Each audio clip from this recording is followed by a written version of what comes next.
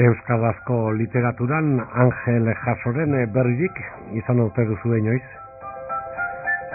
Edo Sasirinen izena ezaguna egiten zaizue? Arras ezagunagoa noski Atxaga, edota Auden olerkaria, edo Hilde Biedma, hau bai izen ezagunak, ez ordea Jesus Feli Azpilikueta.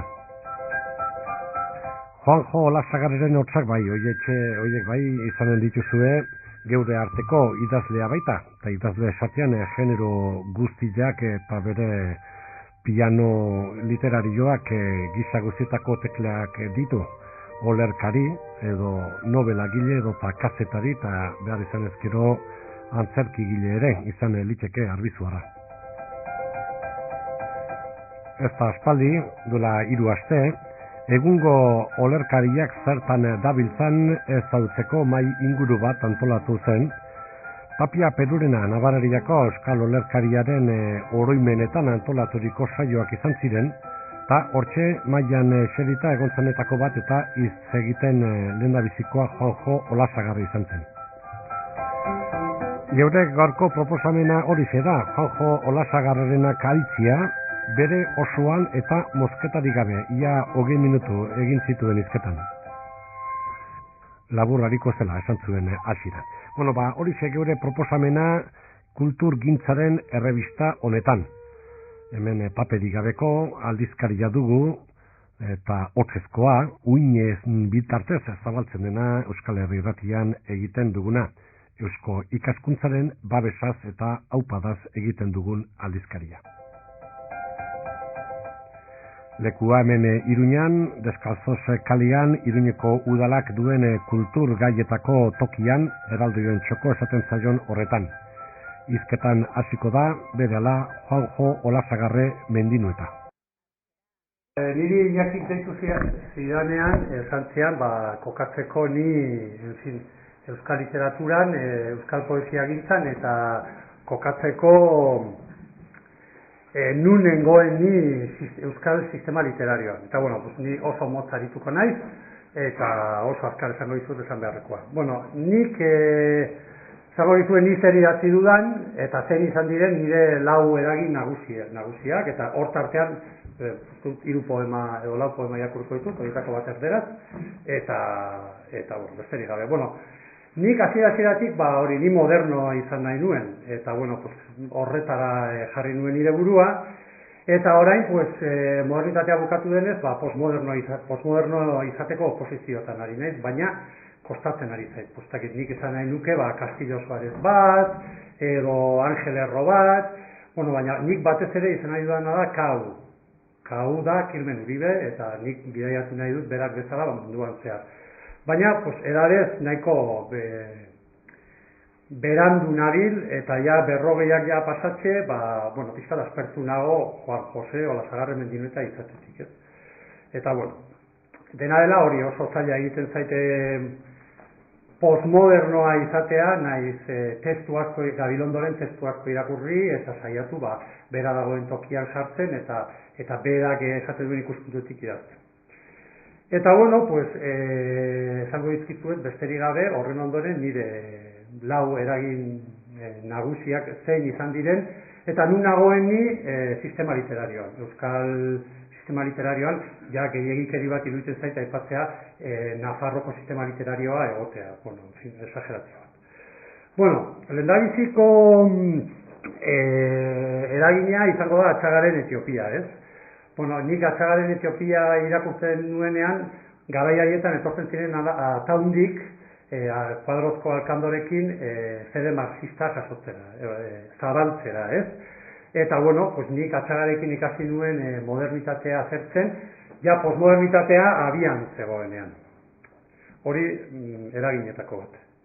Beste eraginetako bat da, denok ezagutzen duzuen, Angel Jaso, Francisco Javierren ondorengoa, Nafar poeta. berrituko dizuete pixka bat nun jaio zen, eta zer idatzi zuen, eta gero bere poema bat irakurriko dizuet. Bueno, zer ikasi dut nik Angel Jasoren gandik? Batez ere konposizioa. Alegia nola eraiki poema bat. Eta poema horri nola gaia, nola gauzatu eta nola zertu esango genuke. Bueno, Angel Jaso, pues hori, 1859an jaio zen, justo Hirugarren Gerra Karlista gertzerakoan, eta alde egin behar izan zuen Parisera. Homosexuala zenez, behin baino gehiagotan jipoitu zuten Iruñan, eta erabaki zuen, ezin zuela hemen bizita munduko kapitalera joan zen, Parisera hain zuzen ere. Eta zer interesatzen zain niri batez ere Angel Jasoren gandik? Bueno, pues batez ere, esango genuke, garai haietan maldizismoan erori zitekela, eta berak Rimbaud alde batera utzi zuen, Parnasianoak alde batera utzi zituen, eta nolabait ere bizitzaren alde egin zuen. Gogoratu nahi dizuet, garai haietan justo Nietzsche aritzera bere filosofia idazten, eta baita ere bizitza aldarrikatuko zuela Orozkai. Pues beira, badaukagu Nietzscheren kide bat edo garaikide bat bizitzaren alde aritu zena. Idatzi zuen poema liburua Hemen da, bai? Eta batez ere gustatzen zaidana konposizioaz aparte da nola paratzen dion ezia malenkoniari, ez? Nola ez duen uzten bere poemetan malenkonia sartzen eta bizitzaren alde egiten duen. Zer erakatzi batez ere Angel Jaso? Komposizioa, malenkoniari eziak paratzea eta alegrantzia. Poesia alegrantzia zela uste zuen berak, eta nik hori kopiatu dio, eta nire poemetan hori agertzen da batez. Irakurriko dizuet bere poemetako bat, eta jarraituko dut. Norberak urteekin konposatu sinfonian, maizter bizitzea bezala beharko luke heltzeak 40etara hurbiltzeak. Egunak mailegutan letozke, eguzkitako gazte azulez jantzirik. Azaleren melodia mentz, leun. Paradisuak akorde igatuak lirateke, promesak konzeptu ikasia eta erritmo mantsoa bukaerarantz. Apurrak baino ez esperatu, ia banderari gabe bizi, ez esan, ez egin, ez sinetsi, eta isiltasunaren beharrei men egin. Heriotza aria delizioz bihur dadin, heltzean 40etara hurbiltzen. Bueno, beraz, alegrantzia, konposizioa eta biziaren alde egotea. Aipatuko dudan beste nire eraginetako bat izango da Tolosako poeta bat. Zaziri deitzen da. Zaziri honen bizitza eta obra ikertu du Juan Cruz Ikerabidek, eta badauzka liburu bat eta artikulu dezente Zaziri poetari buruz. Pizkunde garaikoa izan zen, alegia, Patzikuperuenari gustatzen zaion Orixeren garai horietakoa, baina berak ez zuen pizkundean parte hartu.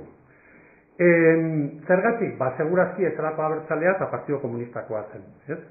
Zirkulo abertzaletatik oso urrun bizi zen, eta ustez ez bezala, berak ez zituen maite, komunista zen ez zituen maite vanguardiako poetak, ez zituen maite Mayakovski bat, edo ez zuen maite poesia utzi zuen Rimbaud bat, ez? Ez zen bohemioa bat ere, segurazki, sindikatu baten aritzen zelako militatzen, eta 12-13 ordu lan egin ondoren, ez zitzaiolako gogogirik gelditzen maldizismotan aritzeko, nekagarria da, ez? Eta berak gehiago aritzen zen militantzia zurrunean eta ordenean eta irautza aurrera ateratzen.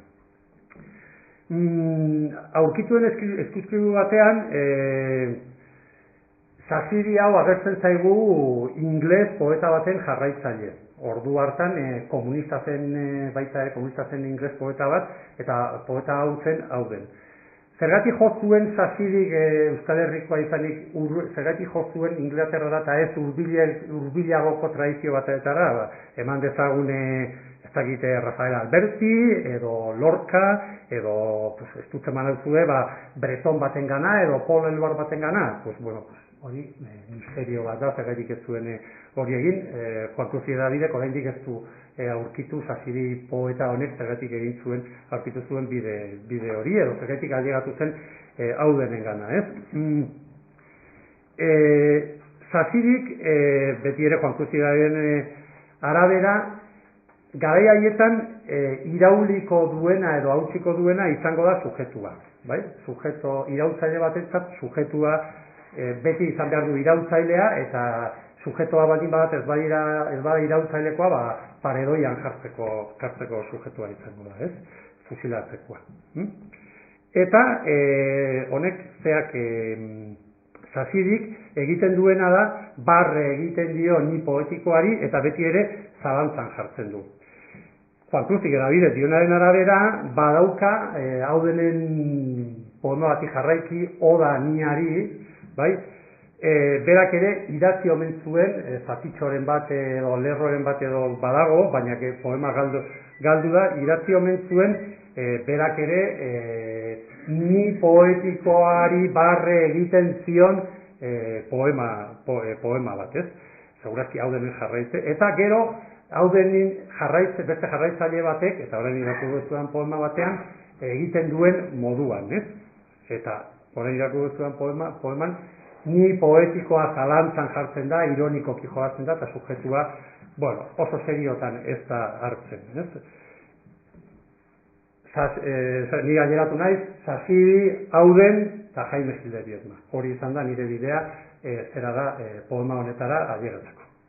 Contra Jaime Gil de Biedma, poema ezaguna eta denok ezagutuko duzue. Jaime Gil de Biedma idatzia. ¿De qué sirve, quisiera yo saber, cambiar de piso, dejar atrás un sótano más negro que mi reputación, y ya es decir, poner visillos blancos y tomar criada, renunciar a la vida de bohemio si vienes luego tú, pelmazo, embarazoso huésped, memo vestido con mis trajes, zángano de colmena, inútil, cacaseno, con tus manos lavanas a comer en mi plato y a ensuciar la casa? Te acompañan las barras de los bares, últimos de la noche, los chulos, las floristas, las calles muertas de la madrugada y los ascensores de luz amarilla cuando llegas, borracho, y te paras a verte en el espejo, la cara destruida, con ojos todavía violentos que no puedes cerrar. Y si te increpo, te ríes, me recuerdas el pasado y dices que envejezco. Podría recordarte que ya no tienes gracia, que tu estilo casual y que tu desenfado resultan truculentos cuando se tienen más de 30 años. Y que tu encantadora sonrisa de muchacho soñoliento, seguro de gustar, es un resto penoso, un intento patético.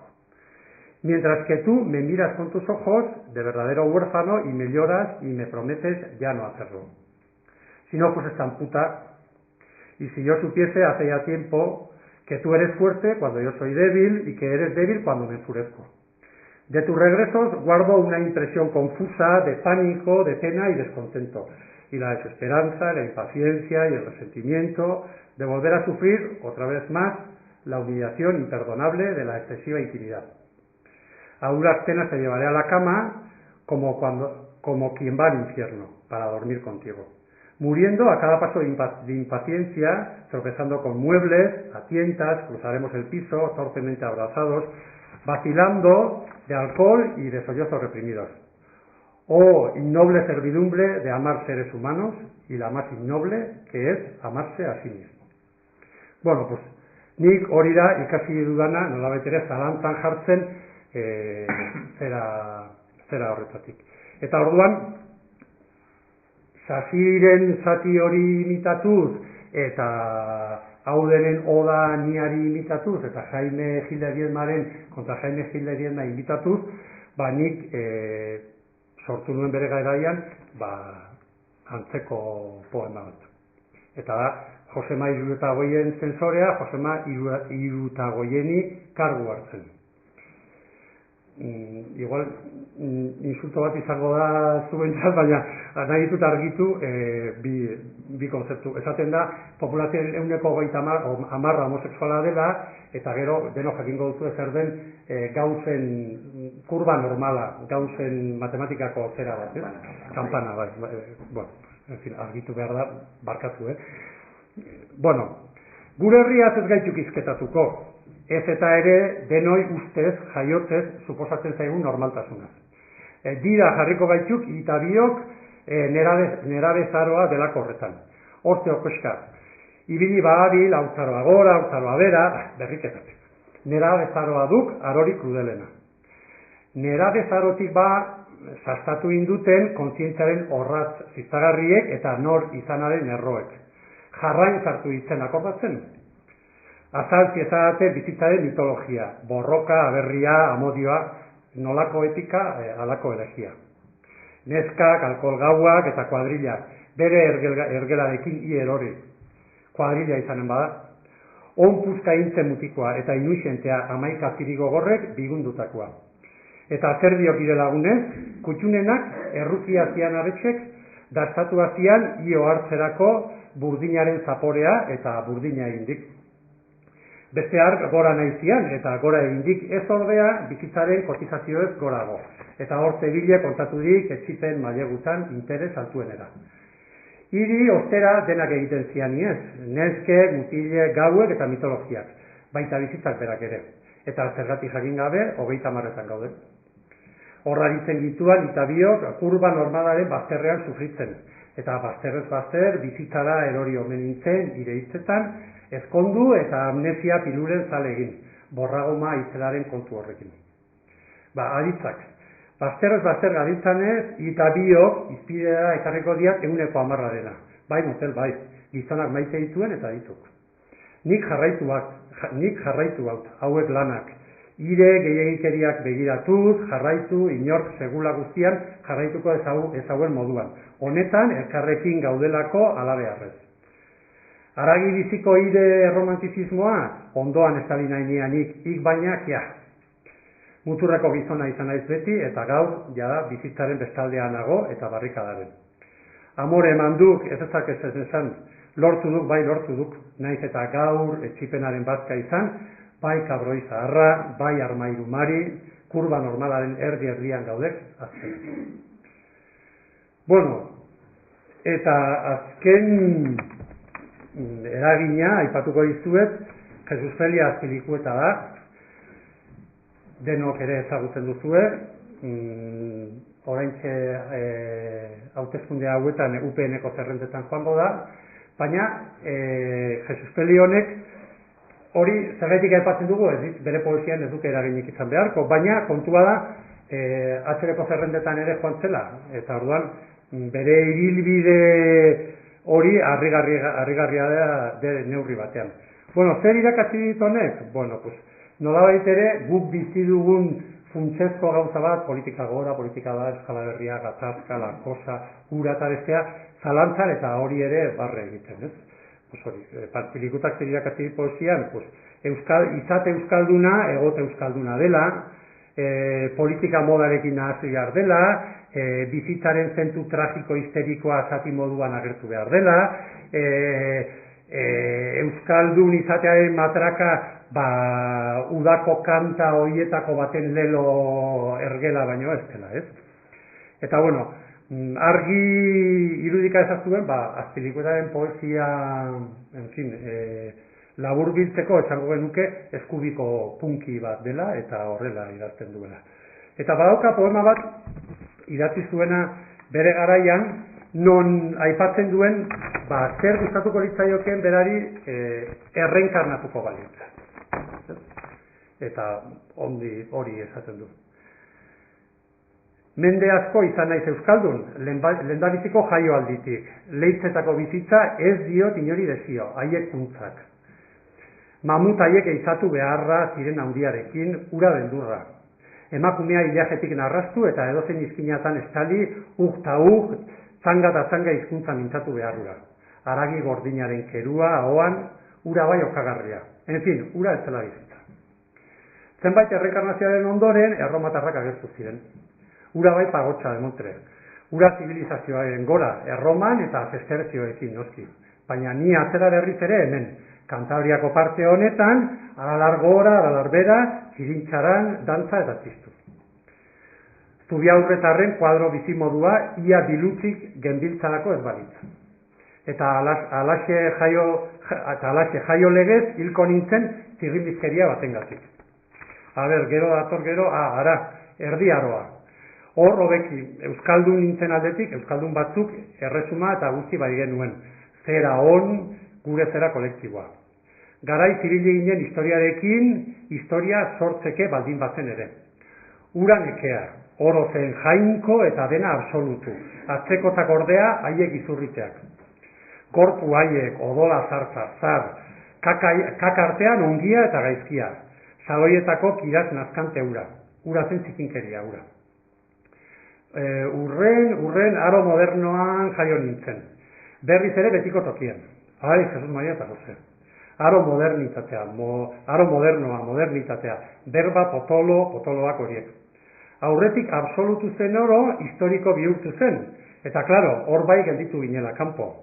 Trena ekarri zuten, karretera egin, iraultza edo zuten, omen.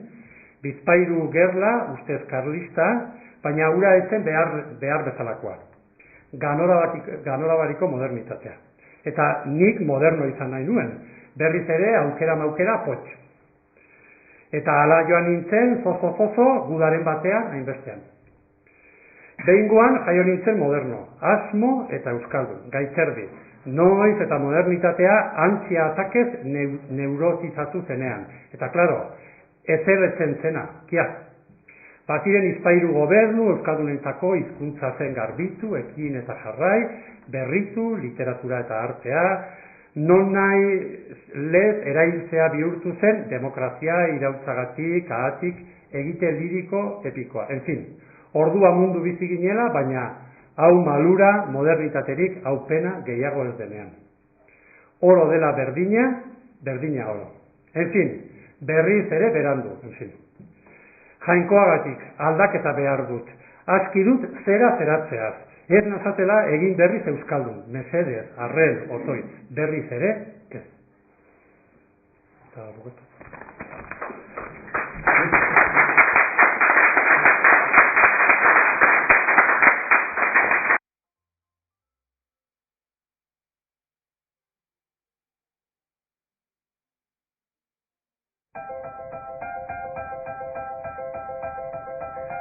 Txaloak Jojo Olazagarreri. Olazagarraren poetika ulertzeko klabeak, giltzak hortxe izan ditugu. Sasiri, Jaso, Azpilikueta, baita Txagata Gilde Birna ere. Olazagarre, Arbizuarraren hitzak aditu ditugu hemen, Euskal Herria Irratiaren kultur aldizkarian. Eusko ikaskuntzaren babespean egiten dugun errebista dau, hemen Euskal Herri Irratian egiten duguna, eta goratuko dugu Eusko ikaskuntzak Iruñan Gaztelu plazaren 43an duela, bere bulegoa, Iruñeko bulegoa. Euskal kultura mundu zabalean edatzen du, web horrien bitartez, esate baterako honako helbide honetan, euskoikaskuntza.org.